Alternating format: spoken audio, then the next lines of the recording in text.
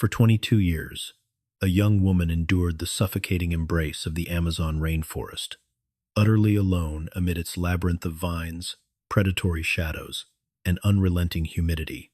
Stranded in 1898 deep within the uncharted basin of the Rio Negro, she faced venomous serpents, relentless insect swarms, and the deafening chorus of a jungle that devoured the weak without mercy.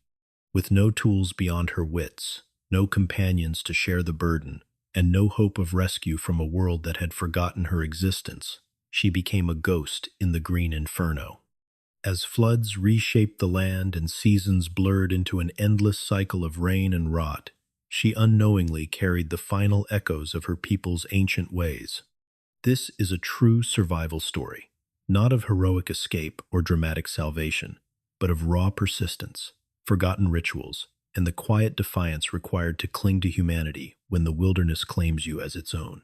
She would later be known as Ana Lucia. The name was bestowed upon her after her rediscovery, molded by the outsiders who pulled her from the depths. Her true name, whispered in the tongue of her tribe, woven from the myths and memories of the Arawak descendants who once thrived along the river's edge, was lost forever. It faded with the remnants of the Karo people, wiped away by greed, illness, and the encroachment of empires. When she was abandoned in the heart of the Amazon in 1898, she became not merely a lone survivor, but the unwitting guardian of a vanishing culture. She may not have grasped the full extent of her isolation at first. What she understood with piercing certainty was the void, the absence of voices, the end of shared fires, the silence that swallowed everything. The Amazon basin, a vast expanse of emerald chaos spanning millions of square miles, is a realm where life explodes in profusion, yet survival demands unyielding vigilance. The Rio Negro, with its inky black waters stained by tannins from decaying leaves, snakes through dense canopy that blocks out the sun, creating a perpetual twilight. Torrential rains flood the forest floor, turning soil to mud and rivers into raging torrents.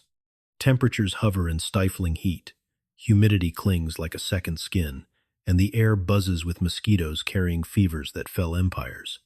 Fresh water is abundant, but treacherous rivers teem with piranhas. Caimans lurk in the shallows, and parasitic infections hide in every sip. The understory is a tangle of thorns, lianas, and roots that trip the unwary, while the canopy above harbors monkeys, birds, and unseen predators. Yet, amid the peril, the jungle offers bounty. Fruits like acai and guava ripen in clusters, fish leap in the streams, and game trails lead to peccaries and tapirs. For millennia, indigenous peoples like the Karoo had mastered this balance, navigating by stars glimpsed through rare breaks in the foliage, crafting canoes from hollowed trunks, and harvesting the forest's gifts with tools honed from stone and bone. Their isolation had been a shield, fostering rituals tied to the spirits of the water and trees. That shield shattered in the late 19th century with the rubber boom. European and American traders flooded the region, enlisting local tribes as tappers for the latex gold that fueled industrial revolutions. Violence followed. Slavers raided villages, diseases like smallpox ravaged communities, and territorial disputes turned rivers red.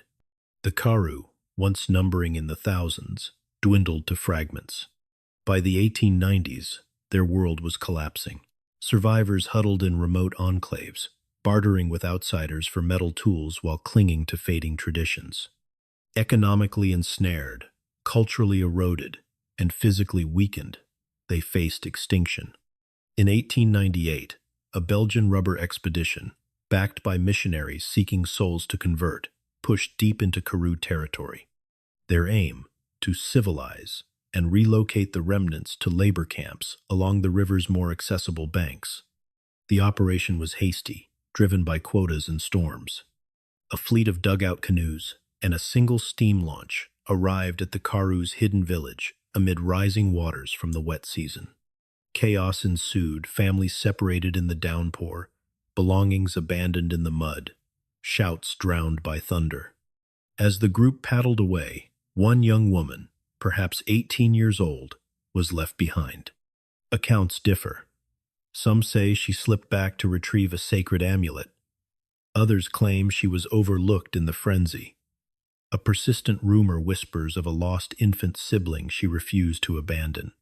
Historians debate the details, but the outcome is stark.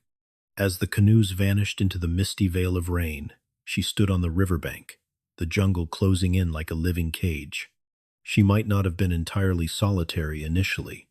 Fragmentary reports suggest a companion, an elder aunt, remained with her briefly until a flash flood swept the old woman away in a swirl of debris. If true, that loss severed her last thread to humanity, leaving no one to echo her language, no one to tend wounds or recount legends by firelight. The isolation deepened into an abyss. Survival in the Amazon's grip demanded ingenuity forged from ancestral wisdom. She constructed shelters from palm fronds and vines, elevated on stilts to evade floods and creeping jaguars. One refuge, pieced together from the bark of a fallen ceiba tree, the Karoo's sacred tree of life, provided a watertight dome, insulated with mud and leaves. Others were temporary lean-tos, relocated with the shifting dry patches during monsoons. Each site was chosen for proximity to edible plants, defensible against animals, and hidden from potential intruders, though none came. Clothing was fashioned from woven fibers of wild cotton and bark cloth, reinforced with animal hides from rare successful hunts. Without metal, she carved bone needles from tapir femurs, threading them with twisted plant sinew. The work was painstaking, fibers frayed, tools dulled on stones, and every stitch a battle against rot in the humid air. Artifacts later recovered, crude but effective, revealed deliberate craftsmanship, not frantic hacks. They were evolutions of techniques learned in childhood, adapted to solitude. Sustenance came from the forest's reluctant offerings. She foraged for nuts, berries, and tubers, timing harvests to avoid poisonous lookalikes. Fish were speared in shallow pools with sharpened branches, or trapped in woven baskets during low water. She learned to mimic bird calls to lure prey, and set snares for small mammals like agoutis. Larger game, like peccaries, required stealthy ambushes with handmade darts tipped in curare, a potent poison extracted from vines through a process of boiling and reduction, a secret passed down orally. She preserved meat by smoking it over slow fires, rationing during lean times when floods isolated her. Water, though plentiful, was boiled in hollow gourds to kill parasites, collected from bromeliad reservoirs high in the trees. The labor was ceaseless, climbing for fruit, waiting for roots, vigilant against anacondas and electric eels. But the mental toll eclipsed the physical.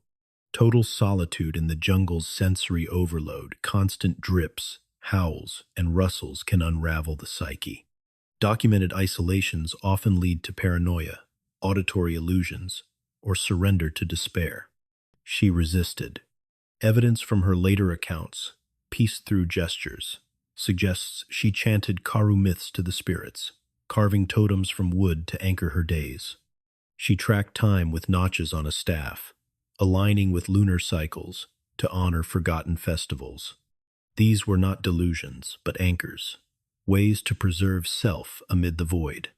Decades slipped by. Rivers shifted courses. Vines overgrew old paths. Shelters decayed and were rebuilt. Tools were reforged from scavenged bone. No explorers ventured near. The rubber boom collapsed, and the region was deemed too hostile. On the fringes, the surviving Karoo succumbed to measles and exploitation, their language dying with the elders.